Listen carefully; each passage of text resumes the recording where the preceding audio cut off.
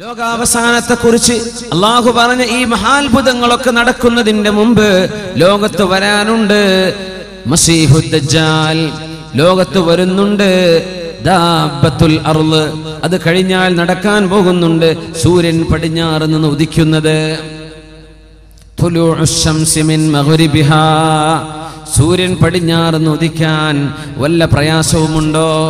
അല്ലാഹു ഭൂമിയെ കറക്കിക്കൊണ്ടിരിക്കുന്നത് നമ്മൾ കഅബയെ തവാഫ് ചെയ്യുന്ന പോലെയാണ്. ആ റൊട്ടേഷൻ തിരിച്ചു വെച്ചാൽ സൂര്യൻ ഉദിക്കുന്നത് പടിഞ്ഞാറ്. ഇന്ന് ഭൂമി കറങ്ങുന്നത് ഇടത്തുനിന്ന് വലത്തോട്ടാണ്, ലെഫ്റ്റ് നിന്ന് റൈറ്റിലേക്ക് എന്ന പോലെ ഇങ്ങനെ കറങ്ങുന്നത്. അത് അല്ലാഹു ഒന്ന് സ്റ്റോപ്പ് ചെയ്തിട്ട് ഇങ്ങോട്ട് തിരിച്ചാൽ, ഇങ്ങോട്ട് കറങ്ങാൻ പറഞ്ഞാൽ സൂര്യൻ ഉദിക്കുന്നത് പിന്നെ പടിഞ്ഞാറാണ്. അത്ര ഈസിയാണത്. ഭൂമി ഇങ്ങനെ കറങ്ങുന്നത്, അതിനോട് ഇങ്ങനെ കറങ്ങാൻ പറഞ്ഞാൽ ഭൂമി സൂര്യൻ ഉദിക്കുന്നത് പടിഞ്ഞാറായിരിക്കും. നമ്മളോട് കഅബയെ തവാഫ് ചെയ്യാൻ പറഞ്ഞത് എങ്ങനെ? കഅബയെ ഇടത്താക്കി മനുഷ്യന്റെ ഹൃദയം കിടക്കുന്നത് എവിടെയാ? ഇടതുഭാഗത്താണ്. നമ്മുടെ കൽബ്, ഹൃദയഭാഗം എവിടെയാണ്? കൽബ് കിടക്കുന്നത്, ഹൃദയം കിടക്കുന്നത് നെഞ്ചിന്റെ ഇടതുഭാഗം. ആ കൽബ് കഅബാലയത്തിലേക്ക് വെച്ചുകൊണ്ട് ഹജറുൽ അസ്വദ് എന്ന പരിശുദ്ധമായ കല്ലിനെ സാക്ഷി നിർത്തി അവിടുന്ന് തുടങ്ങണം തവാഫ്. 7 റൗണ്ട്. 7 റൗണ്ട്. 7 എന്ന് പറയുമ്പോൾ അത്ഭുതപ്പെടേണ്ട, ദിവസങ്ങൾ 7ആണ്. ഒരാഴ്ചയിൽ പ്രകാശത്തിന്റെ വർണ്ണങ്ങൾ 7 എണ്ണമാണ്. വിബ്ജർ 7, ആകാശം 7ആണ്, 7 ആകാശങ്ങൾ. ഭൂമിയുടെ ലെവലുകൾ 7 എണ്ണമാണ്. 7 വലിയൊരു അത്ഭുതമുള്ള അക്കമാണ് ഖുർആനിൽ, അത്ഭുതമുള്ള അക്കമാണ്. 7 മഹാനി ആവർത്തിക്കപ്പെടുന്ന 7 സൂറത്തുൽ ഫാത്തിഹ. لا تنفع نفسا إيمانها لم تكن آمنت من قبل أو كسبت في إيمانها خيرا. അതുവരെ മുസ്ലിമാവാത്തവർക്ക് പിന്നെ ഇസ്ലാമായിട്ട് കാര്യമില്ല. അതുവരെ വഴിതെറ്റി നടന്നിട്ട് പിന്നെ ആ ഒരു സംഭവം നടക്കുമ്പോഴേക്കും ഞാൻ നന്നാവട്ടെ പടച്ചോനെ, എനിക്ക് മരിക്കണം, എനിക്ക് ആഖിറം, എന്റെ റബ്ബിന്റെ മുമ്പിൽ വിചാരണ, നരകം, സ്വർഗം, ഇതൊന്നും പിന്നെ ചിന്തിച്ചിട്ട് അല്ലാഹു സ്വീകരിക്കൂല. അല്ലാഹു സ്വീകരിക്കൂല. എന്തേന്നറിയോ? പടച്ച നമ്പർ അങ്ങോട്ട് ഇറങ്ങി വന്ന എല്ലാരും വിശ്വസിക്കൂലേ? ഇതെന്തിന്റെ ലോകമാണ്? പരീക്ഷണത്തിന്റെ ലോകമാണ്. ലിനബ്ലുവകും അയ്യുക്കും അഹ്സനു അമല. ഇതങ്ങ് മഹാത്ഭുതം കണ്ടിട്ട് വിശ്വസിക്കണം എന്ന് പറഞ്ഞാൽ അതിൽ എന്ത് അത്ഭുതം? ഇതൊന്നും ഇല്ലാതെ മുസ്ലിമീങ്ങൾ ചെയ്യുന്ന റിസ്ക് ഭയങ്കരമാണ്. നമ്മൾ ചെയ്യുന്ന റിസ്ക് ഭയങ്കര റിസ്ക് എടുക്കുന്നവരാണ് നമ്മൾ. നാളെ പരലോകത്ത് സ്വർഗമുണ്ടെന്ന് വിചാരിച്ച നമ്മൾ കള്ളുടിക്കാത്തത്, നാളെ പരലോകത്ത് സ്വർഗമുണ്ടെന്ന് വിചാരിച്ചിട്ട വ്യഭിചരിക്കാതിരിക്കുന്നത്, നാളെ പരലോകത്ത് റബ്ബിന്റെ മുമ്പിൽ സ്വർഗവും സ്വർഗീയ ആരാമങ്ങളും ഉണ്ടെന്ന് വിചാരിച്ച നമ്മൾ അമുസ്ലിമീങ്ങൾ ചെയ്യുന്ന തെറ്റുകൾ നമ്മൾ ചെയ്യാതിരിക്കുന്നത്, നമ്മൾ അള്ളാഹനെ സൂക്ഷിക്കുന്നത് ഭയങ്കര റിസ്ക് അല്ലേ? ഭയങ്കര റിസ്ക് അല്ലേ നമ്മൾ എടുക്കുന്നത്? അവിടെ ഉണ്ട്. ഇഖ്ബാലൊക്കെ പറഞ്ഞു, ബച്ചാരെ മുസൽമാനോ ഫഖത്ത് വഅദയ ഹൂർ. ഇഖ്ബാല പറഞ്ഞത് വല്ലാത്തൊരു വാക്കാണ്. ഔറോംകെ ഖസാനെ ഹെ മഅമൂർ, ബച്ചാരെ മുസൽമാനോ ഫഖത്ത് വഅദയ ഹൂർ. ബർഖ് ഗിർത്തി ഹെ തോ ഗിർത്തി ഹെ ബച്ചാരെ മുസൽമാൻ പർ. എന്ത് അപകടം ഉണ്ടെങ്കിലും മുസ്ലിമിന്റെ തലക്ക്, അമുസ്ലിമീങ്ങളുടെ ഖജനാവുകളൊക്കെ നീ നിറച്ചു കൊടുത്തില്ലേ പടച്ചവനെ? ഓർ ബച്ചാരെ മുസൽമാനോ ഫഖത്ത് വഅദയ ഹൂർ. മുസ്ലിമിന് ഹൂറുൽ ഉണ്ട് എന്ന ഒരു വാഗ്ദാനം പടച്ച റബ്ബേ, ബാക്കിയുള്ളവർക്കൊക്കെ എല്ലാം കൊടുത്തു, ഇവിടെ തന്നെ ഞങ്ങൾക്ക് തരാമെന്ന് നീ വാഗ്ദാനം ചെയ്തു അല്ലേ എന്ന് ഇഖ്ബാൽ ചോദിക്കുന്നുണ്ട് ശിഖ്വയിൽ. ഈ റിസ്ക് എടുക്കുന്നതിന് അല്ലാഹു സ്വർഗം തരും. ഇത് വല്ലാത്ത റിസ്ക് ആണ്. ഇത് ഭയങ്കര റിസ്ക് എടുക്കാണ്. നമ്മള് കാണാത്തൊരു ലോകത്തിന് വേണ്ടി പ്രിപ്പയർ ചെയ്യാൻ ഈ റിസ്ക് എടുക്കുന്നതിനാ സ്വർഗം. സ്വർഗം നമ്മൾ 3 ബെഡ്റൂം ഫ്ലാറ്റ് അല്ല എന്ന് മനസ്സിലാക്കിയിട്ടുണ്ട്. സ്വർഗം ലോകങ്ങളാണ് ഒരാൾക്ക് അല്ലാഹു നൽകാൻ പോകുന്നത്. സൂര്യൻ പടിഞ്ഞാറ് ഉദിച്ചാൽ ഇവരിത് ചെയ്യും. മസീഹുദ് ദജ്ജാൽ വന്നു കഴിഞ്ഞാൽ ആളുകൾ വിശ്വസിക്കും. മസീഹുദ് ദജ്ജാൽ എന്ന് പറയുന്ന മനുഷ്യനെ ലോകത്തെ ജൂതന്മാർ, ക്രിസ്ത്യാനികൾ പ്രതീക്ഷിച്ചു കൊണ്ടിരിക്കുന്നുണ്ട്, മുസ്ലിമീങ്ങൾ പ്രതീക്ഷിക്കുന്ന പോലെ. പക്ഷേ നമുക്ക് അഷ്റഫുൽ ഖൽഖ് സ്വല്ലല്ലാഹു അലൈഹി വസല്ലം ദജ്ജാലിനെ കുറിച്ച് വിശദമായി പറഞ്ഞു തന്ന പോലെ ഒരു നബിയും ഒരു സമൂഹത്തിനും പറഞ്ഞു കൊടുത്തിട്ടില്ല. ജൂതന്മാർ ഇന്ന് ഇസ്രായേൽ എന്ന രാജ്യമുണ്ട്, നമ്മൾ പറഞ്ഞു. ഇസ്രായേൽ രാജ്യത്ത് ഏറ്റവും കൂടുതൽ വെച്ച് പിടിപ്പിക്കപ്പെടുന്ന ഒരു വൃക്ഷമുണ്ട്, ഗർഖദ്. ഗർഖദ്, ആ വൃക്ഷത്തിന്റെ പേരെന്നതാ? ഗർഖദ്. ആ വൃക്ഷം നമ്മൾ റോഡ് സൈഡിലൊക്കെ ചെടികൾ വെച്ച് പിടിപ്പിക്കൂലേ, പാർക്കിലൊക്കെ, അതുപോലെ ലക്ഷക്കണക്കിന്. ഡോക്ടർ ഉമർ അബ്ദുൽ കാഫി ഒരിക്കൽ പറയുണ്ടായി, എത്രയോ 16 മില്യണോ, ആ ചെറിയ രാജ്യത്തെ 16 മില്യണോളം ഗർഖദ് വൃക്ഷങ്ങൾ അവർ വെച്ച് പിടിപ്പിച്ചു കഴിഞ്ഞു. എന്താ സംഭവം എന്നറിയോ? ലോകത്ത് അവസാന ഒരു യുദ്ധം നടക്കാൻ പോകുന്നുണ്ട് ഈസാ നബി അലൈഹിസ്സലാമിന്റെ കീഴിൽ മുസ്ലിമീങ്ങളും ജൂതന്മാരും തമ്മിൽ. അതിൽ ബൈത്തുൽ മുഖദ്ദസ് മുസ്ലിമീങ്ങൾക്ക് കിട്ടും. ജൂതന്മാർ അടിയറ പറയും, മുസ്ലിമീങ്ങൾ ജയിക്കും. ആ യുദ്ധം നടക്കുമ്പോ എല്ലാ വൃക്ഷങ്ങളും കല്ലുകളും മുസ്ലിമിന് അനുകൂലമായി സംസാരിക്കുന്ന കല്ല് പറയും, യാ മുസ്ലിം തആൽ, ഇങ്ങോട്ട് വാ മുസ്ലിമേ, എന്റെ പിന്നിൽ ജൂതൻ ഇരിക്കുന്നുണ്ട് എന്ന് വിളിച്ചു പറയും, ഒറ്റുകൊടുക്കും. ഇല്ലൽ ഗർഖദ, ഗർഖദ് എന്ന വൃക്ഷമല്ലാതെ, ഫഇന്നഹാ മിൻ ഷജരിൽ യഹൂദ്, അത് ജൂതന്മാരുടെ മരമാണ്, ആ മരം വിളിച്ചു പറയൂല. ഈ മരം മില്യൺ കണക്കിന് നട്ടുപിടിപ്പിച്ചു കഴിഞ്ഞു. അപ്പൊ നമ്മൾ ഈ പറയുന്ന ഹദീസിനെക്കാളും വലിയ വിശ്വാസം ജൂതന്മാർക്ക്. അവർ ഉറപ്പിച്ചു കഴിഞ്ഞു. അവര് മസീഹുദ് ദജ്ജാലിനെ വിളിക്കുന്ന പേരാണ് ആന്റി ക്രൈസ്റ്റ്, ഈസാ നബിയുടെ എതിരാളി. ഈസാ നബിയുടെ എതിരാളി, ആ വാക്കിന്റെ പേരിനതല്ലേ, ആന്റി ക്രൈസ്റ്റ്. ഈസാ നബിയുടെ എതിരാളി ആര് വിളിക്കുന്നു? ജൂതന്മാർ. ക്രിസ്ത്യാനികളും മസീഹുദ് ദജ്ജാലിനെ ഇന്ന് വിളിക്കുന്ന പേരെന്താ? ആന്റി ക്രൈസ്റ്റ് വരാനുണ്ട്. ജൂതന്മാർ പ്രഖ്യാപിച്ചു കഴിഞ്ഞു, ആന്റി ക്രൈസ്റ്റ് വന്നാൽ ഞങ്ങൾ ലോകത്തിന്റെ ഭരണം ഏറ്റെടുക്കും, ഞങ്ങൾ ജയിച്ചടക്കും. ആന്റി ക്രൈസ്റ്റ് വന്നാൽ അല്ലാഹുവിന്റെ റസൂൽ പറയുമായിരുന്നു, മസീഹുദ് ദജ്ജാൽ ഈസാ നബി അലൈഹിസ്സലാമിനെ കണ്ടാൽ യദൂബു കമാ യദൂബുൽ മിൽഹു ഫിൽ മാ, വെള്ളത്തിൽ ഉപ്പ് ഡിസോൾവ് ആകുന്ന പോലെ, ഉപ്പ് ഉരുകിത്തീരുന്ന പോലെ ഈസാ നബിയെ കണ്ടാൽ ഈ മസീഹുദ് ദജ്ജാൽ എന്ന ദുഷ്ടനായ മനുഷ്യൻ ഉരുകിത്തീരുമെന്ന് റസൂലുള്ളാഹി സ്വല്ലല്ലാഹു അലൈഹി വസല്ലം.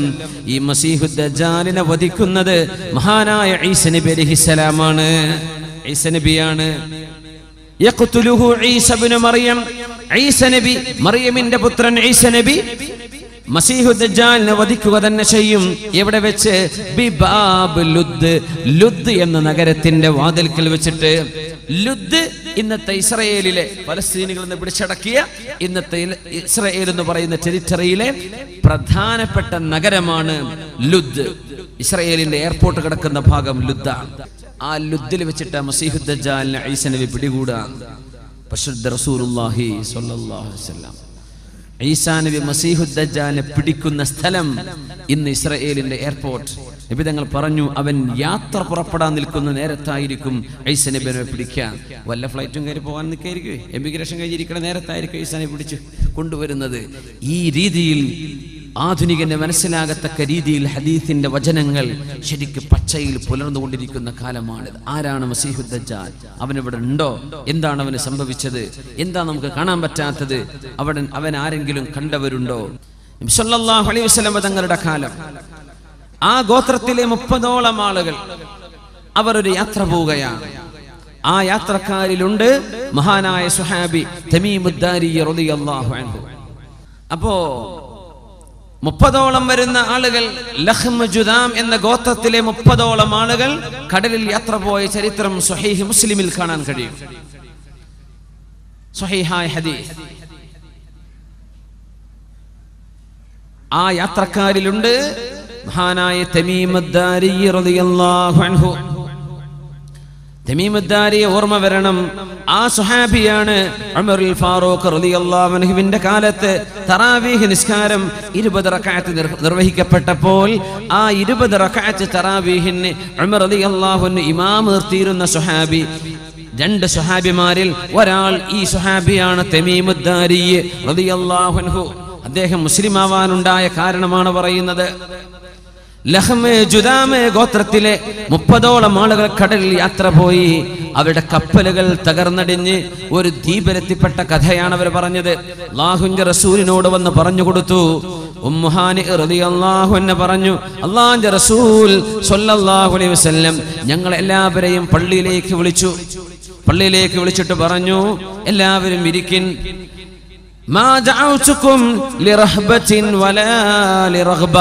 നിങ്ങളെ പേടിപ്പിക്കാനോ സന്തോഷിപ്പിക്കാനോ ഒന്നുമല്ല ഞാനിപ്പോൾ വിളിച്ചത്. പക്ഷേ തമീമുദ് ദാരി എന്ന ഈ ചെറുപ്പക്കാരൻ അഖ്ബറനി, എന്നോട് ചില കാര്യങ്ങൾ പറഞ്ഞു തന്നു. ആ കാര്യങ്ങൾ ഞാൻ നിങ്ങളെ പഠിപ്പിച്ച അതേ വസ്തുതകളായി അദ്ദേഹം കണ്ടിരിക്കുന്നു. അത് പഠിപ്പിച്ചു തരാൻ, തമീമുദ്ദാരിയുടെ അനുഭവം നിങ്ങൾക്ക് പറഞ്ഞു തരാനാണ് ഞാൻ നിങ്ങളെ വിളിപ്പിക്കുന്നത് എന്ന് പരിശുദ്ധ റസൂലുള്ളാഹി സ്വല്ലല്ലാഹു അലൈഹി വസല്ലം. സ്വഹീഹ് മുസ്ലിമിന്റെ ഹദീസ്. ഇതെന്തല്ല ദഈഫല്ല, എന്തല്ല മൗദൂഉൻ, തള്ളിക്കളയുന്ന ഹദീസൊന്നുമല്ല. എന്താ സ്ട്രോങ് ഹദീസാണ് സ്വഹീഹ് മുസ്ലിം. ഞങ്ങൾ യാത്ര പോയി. അങ്ങനെ ഞങ്ങളുടെ കപ്പൽ തകർന്നടിഞ്ഞ് ഞങ്ങൾ ഒരു വിജനമായ ദ്വീപിലേക്ക് കയറി ചെന്നു. ഞങ്ങളൊക്കെ ക്ഷീണിച്ചിട്ടുണ്ട്, തകർന്നിട്ടുണ്ട്. 30ഓളം ആളുകളായ അറബികൾ. അന്ന് അറബികൾ ഒരുപാട് യാത്ര ചെയ്യുന്ന ആളുകളാണ്, വോയേജസ്. ഒരു GPS സംവിധാനം ഇല്ലാതെ അവർ യാത്ര ചെയ്തത്. നമ്മുടെ കോഴിക്കോട്, കാപ്പാടും, കൊച്ചിയിലും, നമ്മുടെ കൊയിലാണ്ടിയിലൊക്കെ അറബികൾ നടത്തിയ യാത്രയൊക്കെ എങ്ങനെ, എന്തൊരു അത്ഭുതമാണല്ലേ. നമുക്ക് പോകാൻ പറ്റും. ഇപ്പോൾ എല്ലാ സംവിധാനമുള്ള കപ്പലുണ്ട്. ഒന്നുമില്ല, പായക്കപ്പലിൽ പോരില്ലേ, എവിടെ എത്തുന്ന എന്തറിയും. അങ്ങനെ ധൈര്യം കാണിച്ചൊരു സമൂഹം ഉണ്ടായതുകൊണ്ടാ അവരിലേക്ക് അള്ളാഹുവിന്റെ റസൂലിനെ പറഞ്ഞയച്ചത് സ്വല്ലല്ലാഹു അലൈഹി വസല്ലം. അറബികൾ ചെയ്യുന്ന പോലെ ത്യാഗം ഒരു സമൂഹത്തിനും ചെയ്യാൻ പറ്റൂല എന്ന് അള്ളാഹ്ക്കറിയാം. അതുകൊണ്ട് നബി തങ്ങൾ അങ്ങോട്ട് അയച്ച് അവരെ കൊണ്ട് ലോകത്തിന്റെ ദഅവത്ത് എല്ലായിടത്തേക്കും അവരെത്തിച്ചു തന്നത് മാലിക് ദീനാർ തങ്ങൾ അടക്കം അങ്ങനെ വന്നവരല്ലേ. അവർ യാത്ര പോയി, കപ്പൽ തകർന്നടിഞ്ഞ് ഒരു ദ്വീപിലേക്ക് അഭയം പ്രാപിച്ച കഥയാണ് മഹാനായ തമീമുദ്ദാരി റളിയല്ലാഹു അൻഹു അള്ളാഹുവിന്റെ റസൂലിനോട് പറഞ്ഞു കൊടുക്കുന്നത്. നബിയെ, ഞങ്ങൾ കയറി ചെന്നപ്പോൾ ഫസ്തഖ്ബലത്നാ ദാബത്തുൻ, ഒരു മൃഗം ഞങ്ങളുടെ മുമ്പിൽ പ്രത്യക്ഷപ്പെട്ടു. സൗദാ, ഒരു കറുത്ത ഭയങ്കരമായ അദീമ, ഒരു ഭീമാകാരമുള്ള ഒരു ജീവി. ലാ യുഅറഫു ദുബുറുഹാ മിൻ ഖുബുലിഹാ, അതിന്റെ മുൻവശമേതാണ് പിൻവശമേതാണെന്നും കണ്ടാൽ അറിയുന്നില്ല. ആകെ രോമാവൃതമായ ഒരു ജീവി. ആ ജീവിയെ കണ്ടപ്പോൾ ഞങ്ങൾ പേടിച്ചു നബിയെ. ഞങ്ങൾ ചോദിച്ചു, മാ അൻത, ഈ ആരാണ് എന്ന് ചോദിച്ചു. നീ എന്താണ് ചോദിക്കന്നെ. മാ അൻത, അത് വിചാരിച്ചത് മറുപടി പറയില്ല. ആ സാധനം മറുപടി പറഞ്ഞു. അതാണ് അത്ഭുതം. ആ ജീവി ഞങ്ങളോട് മറുപടി പറഞ്ഞു, അനൽ ജസ്സാസ, ഞാൻ ജസ്സാസ എന്ന മൃഗമാണ്. ഞങ്ങൾ ചോദിച്ചു, വമൽ ജസ്സാസ, എന്താണ് ജസ്സാസ എന്ന് പറഞ്ഞാൽ? ആ മൃഗം പറഞ്ഞു, ഞാൻ ആരാണെന്ന് നിങ്ങൾക്കറിയണമെങ്കിൽ ഇൻതഖിലൂ ഇലാ ദൈരിൻ തഹ്ത, ആ താഴ്ഭാഗത്ത് ഒരു ഗുഹയുണ്ട്, അവിടെ ഒരാൾ ഇരിക്കുന്നുണ്ട്. അയാളോട് പോയി ചോദിച്ചാൽ അയാൾ പറഞ്ഞു തരും ഞാൻ എന്താണെന്ന്. ഇവര് പറയാ, നബിയേ, ഞങ്ങൾ പേടിച്ചു പോയി. ഞങ്ങൾ വിചാരിച്ചു ഇന്നഹാ ജാന്ന, ഇത് പിശാച് പെണ്ണ് ജിന്നാണോ എന്ന് പേടിച്ചു നബിയേ. ഞങ്ങളുടെ ഭാഷയാണ് ഈ മൃഗം സംസാരിക്കുന്നത്. ഇത് പിശാച്ചാണോ ഞങ്ങൾ പേടിച്ചു. പക്ഷെ ഞങ്ങളോട് പോകാൻ പറഞ്ഞു, താഴേക്ക് നടക്കാൻ വേണ്ടി പറഞ്ഞു. നടന്നു ചെന്നു. അവിടെ ഒരു ഗുഹയുണ്ട്. ആ ഗുഹയിൽ ഭീമാകാരമുള്ള ശരീരമുള്ള ഒരു മനുഷ്യനെ ഞങ്ങൾ കണ്ടു നബിയെ. ഞങ്ങൾ കണ്ടു, ചങ്ങലകളിൽ ബന്ധിച്ചൊരു മനുഷ്യൻ കിടക്കുന്നുണ്ട്. ഞങ്ങൾ ചോദിച്ചു, മൻ അൻത, നിങ്ങൾ ആരാണ്? മുടിയെല്ലാം ചുരുളൻ മുടിയുള്ള ഭീമാകാരമായ ശരീരമുള്ള ഒരു ചെറുപ്പക്കാരൻ, ഭയങ്കര ചങ്ങലകൾ, കൈകാലുകൾ ചങ്ങലകളിൽ ബന്ധിതനാണ്. നീ ആരാണെന്ന് ചോദിച്ചു. ആ മനുഷ്യൻ പറഞ്ഞു, ഞാൻ ആരാണെന്ന് പറഞ്ഞു തരാനിരിക്കട്ടെ, നിങ്ങൾ ആരാണെന്ന് എനിക്ക് പറഞ്ഞു തരിൻ. ഖുൽനാ, ഞങ്ങൾ പറഞ്ഞു, ഉനാസും മിനൽ അറബ്, ഞങ്ങൾ അറബികളാണ്. ഞങ്ങൾ കപ്പലിൽ യാത്ര പോയതാണ്. ഞങ്ങൾ വഴിതെറ്റിപ്പോയി, കപ്പൽ തകർന്ന് ഞങ്ങൾ ഇങ്ങോട്ട് എത്തിപ്പെട്ടതാണ്. നിങ്ങൾ അറബികളാണല്ലേ? അതെ, ഞങ്ങൾ അറബികളാണ്. എനിക്ക് ചില ചോദ്യം ചോദിക്കാനുണ്ട്. അഖ്ബിർനി അൻ നഖ്ലി ബൈസാൻ, ബൈസാൻ ഈത്തപ്പനത്തോട്ടം എങ്ങനെയുണ്ട്?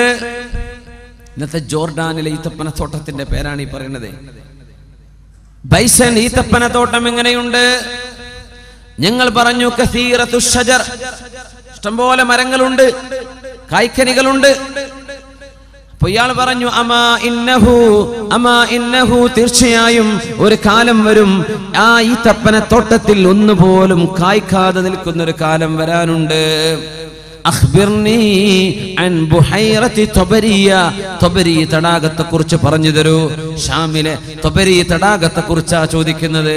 തബരി തടാകം ശുദ്ധജലമാണ്. ഇവര് പറഞ്ഞു കസീറത്തുൽ മാ, ഒരുപാട് വെള്ളമുണ്ട്. എന്നാൽ നിങ്ങൾക്കറിയണോ, ആ വെള്ളമൊക്കെ വറ്റി വരണ്ടു പോകുന്നൊരു സമയം വരാനുണ്ട്. അടുത്ത ചോദ്യം, അഖ്ബിർനി അൻ ഐനി സുഗർ, സുഗർ എന്ന അരുവിയെ കുറിച്ച് പറഞ്ഞു തരൂ. സുഗർ വെള്ളത്തെക്കുറിച്ച്, വെള്ളച്ചാട്ടത്തെക്കുറിച്ച്. അവര് പറഞ്ഞു ഫീഹാ മാ, അതിൽ വെള്ളമുണ്ട്, ആളുകൾ കുടിക്കുന്നുണ്ട്, കുളിക്കുന്നുണ്ട്, കൃഷി നനക്കാൻ ഉപയോഗിക്കുന്നുണ്ട്. എന്നാ കേൾക്കണോ, ആ വെള്ളവും വറ്റിപ്പോകുന്നൊരു സമയം വരാനുണ്ട്. അതൊക്കെ പറഞ്ഞിട്ട് ഈ ആളാരാന്ന് പറഞ്ഞു കൊടുക്കുന്നില്ല. എന്നിട്ട് ചോദിച്ചു അഖ്ബിർനി അൻ നബിയിൽ ഉമ്മിയീൻ, അക്ഷരാഭ്യാസമില്ലാത്ത, എഴുത്തും വായനയും അറിയാത്ത ഒരു സമൂഹത്തിലേക്ക് നിയോഗിക്കപ്പെട്ട അന്ത്യപ്രവാചകനെ കുറിച്ച് എനിക്ക് പറഞ്ഞു തരൂ. അവര് പറഞ്ഞു മുഹമ്മദ് റസൂലുള്ളാഹിയെ കുറിച്ചാണോ നിങ്ങൾ ചോദിക്കുന്നത്? ആ നബി ലോകത്ത് വന്നിട്ടുണ്ട്, മക്കയിൽ നിന്ന് മദീനത്തേക്ക് വന്ന് താമസമാക്കിയിട്ടുണ്ട്. ഇയാൾ ചോദിച്ചു എങ്ങനെയാണ് ജനങ്ങൾ ആ നബിയോട് പെരുമാറുന്നത്? ശത്രുതയിലോ അല്ല അനുനയത്തിലോ? പറഞ്ഞു കുറെ ആളുകൾ ശത്രുതയിലാണ്, കുറെ യുദ്ധമൊക്കെ നടന്നു, കുറെ പ്രശ്നങ്ങളൊക്കെ നടന്നു, കുറെ ആളുകൾ പിൻവച്ചിട്ടുണ്ട്. പക്ഷെ കുറെ ആളുകൾ ഇപ്പോഴും ശത്രുതയിലാണ്. ബദർ ഉഹദൊക്കെ നടക്കുന്ന കാലാണപ്പോ. അന്നേരം ഇയാൾ പറഞ്ഞു ഫഖൈറുൽ ലഹും അൻ യുതീഉ, ഫഖൈറുൽ ലഹും അൻ യുതീഉ, അവർക്ക് ഏറ്റവും നല്ലത് ആ നബിയെ പിൻപറ്റലാണ്. ആരാ പറഞ്ഞത്? അന മസീഹുദ് ദജ്ജാൽ, ഞാൻ മസീഹുദ് ദജ്ജാലാണ്. ലോകാവസാനമെടുക്കുമ്പോൾ എന്റെ ചങ്ങലകൾ പൊട്ടിക്കപ്പെടുകയും ഞാൻ പുറത്തു വരും, ഞാൻ ലോകത്ത് സഞ്ചരിക്കും. 40 യൗമൻ, 40 ദിവസം. യൗമുൻ കസനത്തിൻ വയൗമുൻ കശഹരിൻ വയൗമുൻ കജുമുഅ, ഒരു ദിവസം ഒരു വർഷത്തിന്റെ ദൈർഘ്യമുള്ള ദിവസം വരും 40-ൽ. വേറെ ഒരു ദിവസം ഒരു മാസത്തിന്റെ ദൈർഘ്യമുള്ള ദിവസം വരും. വേറെ ഒന്ന് ഒരാഴ്ചയുടെ ദൈർഘ്യമുള്ള ദിവസം വരും. ബാക്കി 37 ദിവസങ്ങൾ സാധാ ദിവസങ്ങളായിരിക്കും. ഞാൻ ലോകത്തിന്റെ എല്ലാ ഭാഗത്തും സഞ്ചരിക്കും. ഗൈറ മക്ക വ ത്വയ്ബ, മക്കയൊഴികെ ത്വയ്ബ ഒഴികെ ബാക്കി എല്ലായിടത്തും ഞാൻ എത്തും. അമ്മാ മക്കത വ ത്വയ്ബ ഫതഹറുസുഹൽ മലായിക, മക്കയിലേക്കും മദീനയിലേക്കും എനിക്ക് കടക്കാൻ കഴിയില്ല. അന്നേരം മക്കക്കും മദീനക്കും അള്ളാഹുവിന്റെ മലക്കുകൾ കാവൽ നിൽക്കുകയായിരിക്കും, എനിക്കടുക്കാൻ പറ്റില്ല. ഇവിടെ എത്തിയപ്പോൾ റസൂലുള്ളാഹി സ്വല്ലല്ലാഹു അലൈഹി വസല്ലം അവിടുത്തെ കയ്യിൽ ഊന്നുവടിയുണ്ട്. ആ വടി മിമ്പറിൽ കുത്തിക്കൊണ്ട് പറഞ്ഞു ഹാദിഹി ത്വയ്ബതു, ഹാദിഹി ത്വയ്ബതു, ഹാദിഹി ത്വയ്ബ, ഇതാണ് ആ ത്വയ്ബ എന്ന മദീന. എന്റെ മദീനയുടെ പേരാണ് ത്വയ്ബ, എന്റെ മദീനയാണ് അവൻ ത്വയ്ബ എന്ന് പറഞ്ഞത്. ഇതാണ് ത്വയ്ബ, ഇതാണ് ത്വയ്ബ, ഇതാണ് ത്വയ്ബ എന്ന് റസൂലുള്ളാഹി സ്വല്ലല്ലാഹു അലൈഹി വസല്ലം